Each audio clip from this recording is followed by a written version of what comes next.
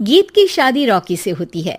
Rocky और lucky दोनों भाई जिनका आपस में बड़ा प्यार होता है। अरे वाह भाभी, क्या खाना बना है। अब तो घर में ही होटल वाला स्वाद रोज मिला करेगा। अरे लकी, तुम अभी जानते नहीं हो मुझे। तुम बस डिश का नाम बोलो, मैं तुम्हें इसी किचन में बनाकर खिलाऊंगी। चढ़ा रहा है तुम्हें ये, और तुम भी ना। गीत रॉकी के छोटे भाई को दोस्त की तरह मानती। वो रॉकी के साथ उसकी भी जरूरतों का ध्यान रखती। लकी, ये रहे तुम्हारे कपड़े, धोकर प्रेस करवा दिया है, अलमारी में सजा लो। अरे रख दो ना भाभी अलमारी में भी। हाँ हाँ, सब भाभी करेगी तो तू क्या करेगा। रहने दीजिए ना माँ जी, शादी हो जाएगी तो खुद ही सुधर जाएगा। अरे रहने दो यार, तुम दोनों मेरे कपड़े यहीं पे रख दो। एक कपड़े अलमारी में रखने को क्या बोल दिया, शुरू हो गई। एक दिन, रॉकी सुनिए ना, कल जल्दी आ जाना, मुझे मायके जाना है, या सुबह छोड़ दीजिए और शाम को लेकर आ जाना।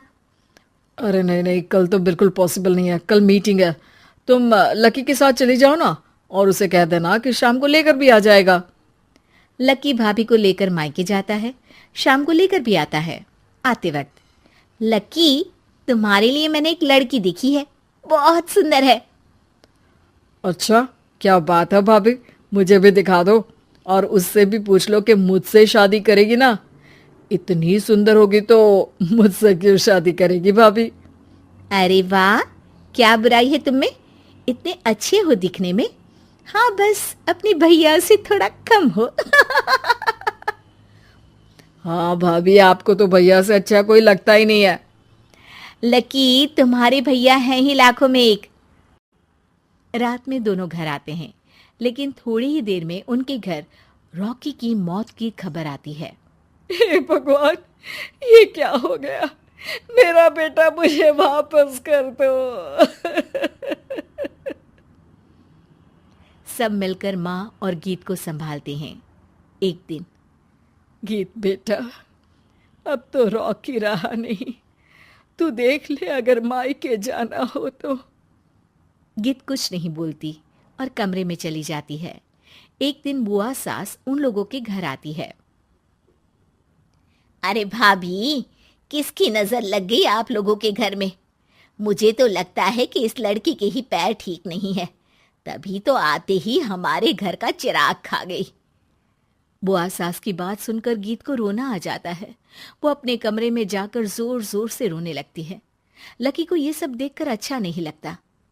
बुआ क्या बोल रही हैं?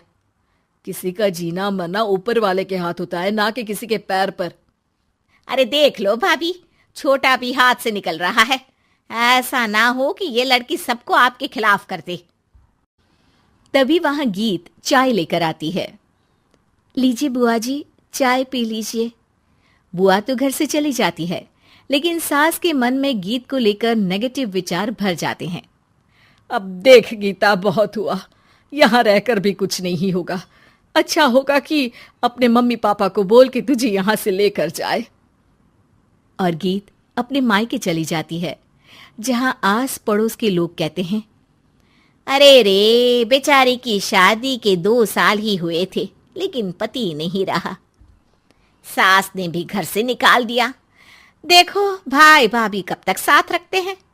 और शादी करा देनी चाहिए इसकी, तो उम्र ही क्या है इसकी। हाँ, लेकिन करेगा कौन। एक तो शादीशुदा, ऊपर से कलंक पति की मौत का। तभी वहां लकी आ जाता है और वो पड़ोसियों की बात सुन लेता है। लकी, तुम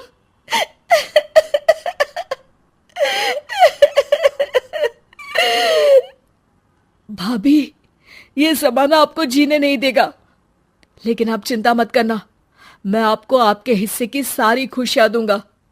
लीजिए, माँ ने आपका ये बैग भेजा है, इसमें आपके जरूरी सामान है जो वहीं रह गए थे। लकी देखता है कि गीत को ससुराल से लेकर मायके तक हर जगह सिर्फ ताने ही सुनने पड़ते हैं। वो सीधे अपनी माँ के पास जाता है। माँ, एक बात सुनो, ये कहाँ का न्याय है। एक लड़की जो छोटी सी उम्र में अपना पति खो चुकी है, वो अब दुनिया के ताने भी झेल रही है। यार, ये तो गलत है ना माँ। हमें भाभी का सपोर्ट करना चाहिए। क्या भैया होते तो भाभी को ऐसा देखकर दुखी नहीं होते? अरे देख लकी, ये समाज ऐसा ही है। और भैया होते तो गीत की ये हालत होती ही नहीं। बिना पति के औरत को तो ये सब झेलना ही पड़ता है। लेकिन कोई तो जरिया होगा ना माँ। भाभी भी हमारे परिवार का हिस्सा है, हम कुछ तो कर सकते हैं ना उनके लिए। हिस्सा है नहीं, हिस्सा थी। और अब तू ज्यादा ना भाभी भाभी करना बंद कर दे, समझा?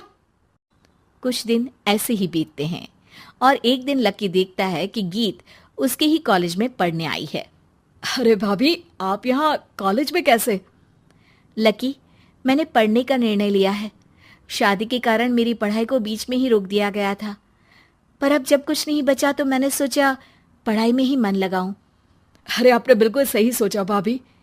किसी भी तरह की कोई भी जरूरत हो तो प्लीज बिना किसी हिचक के बताना, मैं हूं आपकी मदद के लिए। लेकिन कहते हैं ना, गीत की जिंदगी में सब कुछ बहुत दिनों के लिए ठीक नहीं रहा और एक दिन क्लास में, अरे ये विधवा है, इसकी तो शादी हो चुकी है। क्या बात कर रहे हो? हमारे साथ तो बैठकर ऐसे पढ़ाई करती है जैसे बच्ची हो। अरे बच्ची नहीं, बहुत शातिर है ये। किसी को नहीं बताया कि ये शादीशुदा है, वरना हम इसे आंटी आंटी कहकर पुकारते ना। अरे अब तो पता चल गया ना, आंटी जी। Aunty aunty. फिर क्या, सभी गीत को आंटी बोलकर चिढ़ाने लगते हैं। गीत को रोना आ जाता है और वो क्लास के बाहर जाकर रोने लगती है। सामने से लकी आ जाता है। अरे क्या हुआ भाभी, आप रो क्यों रही हैं? तभी पीछे से एक लड़की आ जाती है। हे हैंडसम, इस औरत से ना दूर रहना, इसके प्यार में मत पड़ जाना, क्योंकि ये शादीशुदा है। हमारे साथ झूठ बोलकर हम जैसे ही रह रही थी। हाँ तो क्या गलत है? सही उम्र में तुम्हारे माता पिता तुम्हारी पढ़ाई छुड़वा देते तो आज तुम भी शादीशुदा ही होती ना। और इनका पति नहीं रहा, उसमें इनका क्या कसूर? अरे कोई अपने जीवन को नई शुरुआत दे रहा है तो तुम लोगों को क्यों मिर्ची लग रही है? अरे तुझे बड़ी दया आ रही है, कर लेना तू शादी। लकी तब तो कुछ नहीं बोलता, लेकिन ये बात उसके मन में घर कर जाती है। और फिर एक दिन, माँ, मैं गीत से शादी करना चाहता हूँ। अरे क्या बक रहा है बेटा, तेरा भाई तो खा गई वो, अब मैं अपना दूसरा लड़का नहीं खो सकती। नहीं माँ, मैं गीत को यूं परेशान नहीं देख सकता। उसका कॉलेज में भी लोगों ने जीना मुहाल कर रखा है। मैं उनसे शादी कर उन्हें फिर से इस घर की बहू बनाऊंगा। तुम मानती हो तो ठीक है, नहीं तो मैं घर छोड़कर चला जाऊंगा। अरे मुझे मंजूर है बेटा। लकी माँ के साथ गीत के घर जाता है और उसका हाथ मांगता है। घर वाले मान जाते हैं। थोड़े से इनकार के बाद गीत भी लकी से शादी करने को मान जाती है।